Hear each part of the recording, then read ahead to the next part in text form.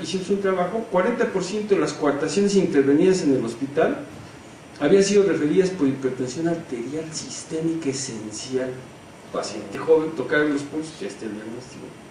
Estenosis valvular aórtica y el bloqueo AV congénito relacionado con enfermedad de la colágena en la madre. Las poco frecuentes, la conexión anómala puede llegar a la vida adulta. Debo aclarar que son adultos jóvenes, ¿no? Enfermedad de Epstein, la doble discordancia de transposición corregida, la fístula coronaria, es una lesión congénita que puede ser vista por primera vez en la vida adulta en un paciente con datos de insuficiencia cardíaca o isquemia. Los corazones univentriculares, cuando está equilibrada la estenosis pulmonar y regula adecuadamente el flujo pulmonar, pueden llegar a la vida adulta, y desde luego la tetralogía de Fallot no muy severa. Vamos a dar así subrayados para cada una de estas entidades rápidamente. Hallazgo de necropsia, estamos hablando de la CIA.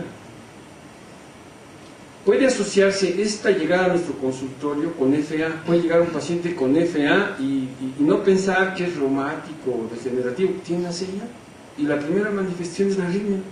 Y no, si no le hacemos un eco, no pensamos en el diagnóstico, ya nos ha pasado, están tratando el FA desde hace años y resulta que tiene una CIA el paciente.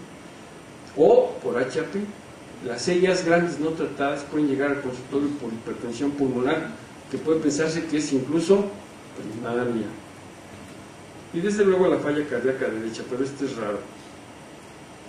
El PCA, en el adulto se usa calcificación, puede llegar por cuadro de endocarditis, muy importante, con absceso pulmonar, y lo que tiene de fondo es un PCA no operado, y desarrollar un aneurisma, mal llamado micótico, tanto del tronco o de las arterias pulmonares. Nosotros publicamos un caso con esta patología.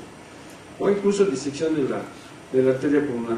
Recordar que el conducto arterioso, a igualdad de área, a igualdad de calibre, comparados los cortocircuitos de izquierda a derecha, el que más probabilidades de enfermedad vascular pulmonar da es el conducto. Si tenemos un conducto de 1 centímetro de área contra una CIB, contra una ventana, el conducto da más hipertensión porque está íntimamente relacionado con el paso de la sangre a los pulmones. Entonces sí pueden llegar los enfermos con hipertensión arterial pulmonar irreversible por resistencias altas y cianóticos, sobre todo con cianosis diferencial dominando en los pies, por cortocircuito de derecha a izquierda, un enfermo que se dejó pasar y ya nos llega la enfermedad vascular. Pero la mayoría llegarán todavía con la oportunidad de operarse porque la mayoría no son tan grandes. La CIB, desde luego, puede llegar a la vida adulta en la condición que hemos dicho anteriormente como enfermedad vascular pulmonar, pero no es lo más habitual. Puede llegar por un cuadro de endocarditis o asociado a insuficiencia aórtica, y a veces la razón de la presencia de un enfermo con CIB es las manifestaciones de la insuficiencia aórtica. Entonces todo paciente adulto, sobre todo joven, con insuficiencia aórtica, descartar CIB. La coartación de la aorta ya decíamos que pueden ser referidos por hipertensión sistémica, frecuentemente asociada a aorta bivalva, aneurisma aórtico o problemas cerebrales. Pueden tener un EBC y ser la primera manifestación de una coartación, al igual que la falla cardíaca o una infección en el sitio de la coartación. La combinación coartación de la aorta, aorta bivalva, coartación de la aorta, estenosis valvular aórtica es muy frecuente. La estenosis valvular pulmonar es muy bien tolerada, aún en casos con estenosis severa, y se resuelve rápidamente con una valvuloplastia pulmonar con balón. Desde luego hay obstrucciones que no están a nivel de la válvula, por ejemplo la doble cámara ventricular derecha, que se debe a obstrucciones dentro del ventrículo derecho por bandas musculares y con mucho menor frecuencia, pero también se puede dar la endocarditis. La aorta bivalva es, si nos ponemos estrictos, es la cardiopatía congénita más frecuente. O sea, 2% de la población nace con estenosis, con la aorta bivalva, entonces muy frecuente. ¿Cuál es la relevancia de la aorta bivalva? Que un tercio de esos que nacen con aorta bivalva van a desarrollar estenosis aórtica tardíamente, y aquí no necesariamente y con mayor predominancia se presenta en sexta, séptima década de la vida, estenosis aórtica. Y ese es el enfermo aórtico que tiene de fondo la aorta bivalva y que, asociado a factores de riesgo cardiovascular estrictamente enfocados a la cardiopatía isquémica, desarrolla, se ha visto que estos pacientes desarrollan con mayor frecuencia esclerosis y estenosis de la aorta y hasta convertirse en una aorta calcificada, y lo de fondo fue una aorta bivalva, fue una cuestión congénita. Ya en ese momento, octava, séptima década de la vida, es difícil saber el origen, pero en el fondo puede tratarse de una aorta bivalva.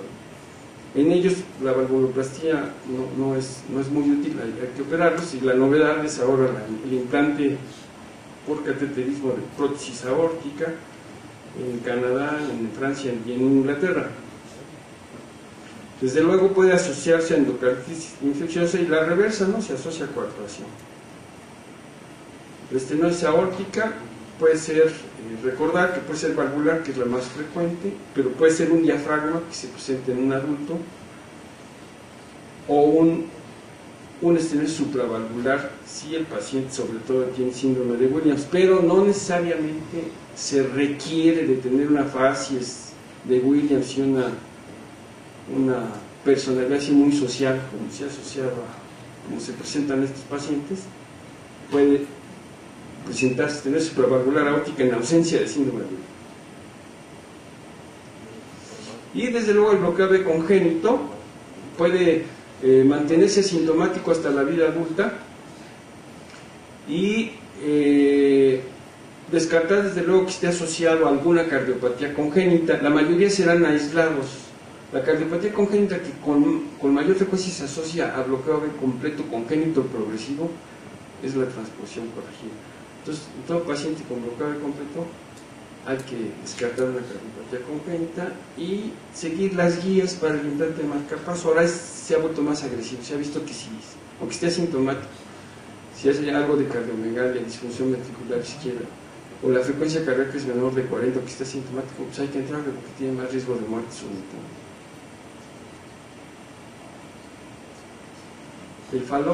Ese falot rosado puede llegar a la vida adulta, y ya con cianosis a los 20, 22 años, y la primera manifestación puede ser una de las complicaciones, una endocarditis, un absceso cerebral. Entonces, todo enfermo con EBC que tenga cianosis, descartar cardiopatía congénita. La conexión anómala total supracardíaca, esta fascinante cardiopatía donde el retorno venoso de las 4 venas no llega a la aurícula siquiera, sino hace un recorrido largo, habitualmente vena cava superior izquierda, vena vertical, vena innominada, cava derecha, con CIA grande. Si los ductos son de buen calibre, pueden estar asintomáticos. Muy poca cianosis, porque el pulmón, los pulmones de algunos enfermos tienen mucha tolerancia. O sea, una característica del sistema cardiovascular, ya hablando así en términos muy generales, es su capacidad de reserva. Los pulmones pueden procesar 20 litros de sangre y oxigenarlos todos. Entonces, cuando regresa la sangre toda a la aurícula derecha, pues la relación 4:1 da muy poca cianosis. Hemos visto pacientes que han sido diagnosticados como SEIA y tienen drenaje anómalo total.